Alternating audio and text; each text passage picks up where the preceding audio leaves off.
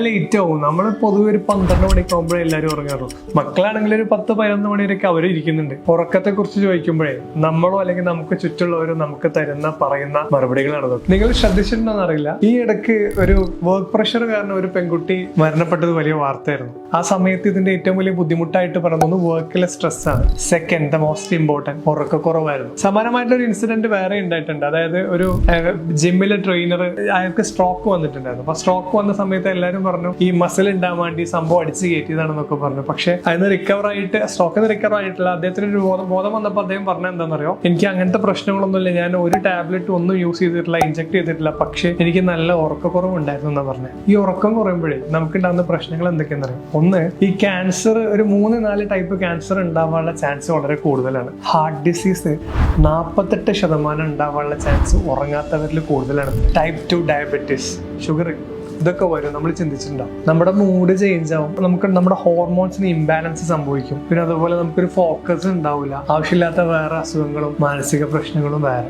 നമുക്ക് മെന്റലായിട്ടോ അല്ലെങ്കിൽ ഫിസിക്കലായിട്ടോ എന്തെങ്കിലും ഇഷ്യൂസ് ഉണ്ടാകുമ്പോൾ ഉറക്കക്കുറവാണെന്ന് പോയിന്റ് ഔട്ട് ചെയ്യുന്ന എത്ര പേര് നമ്മൾ ചുറ്റുമുണ്ട്. നമ്മുടെ ലേണിംഗ്, നമ്മുടെ ഫോക്കസ്, നമ്മുടെ മെമ്മറി, നമ്മുടെ സ്വസ്ഥത, സമാധാനം, ഇതിനൊക്കെ ഉറക്കമായിട്ട് ഭയങ്കരമായിട്ടുള്ള ബന്ധമുണ്ട്. എനിക്ക് ചോദിക്കാനുള്ളത്, നമുക്കും നമ്മുടെ ചുറ്റുമുള്ളവർക്കും വേണ്ടി അറ്റ്ലീസ്റ്റ് ഒന്ന് ഉറങ്ങെങ്കിലും നമുക്ക് ചെയ്തു വേണ്ടപ്പെട്ടവർക്ക് ഷെയർ ചെയ്യും.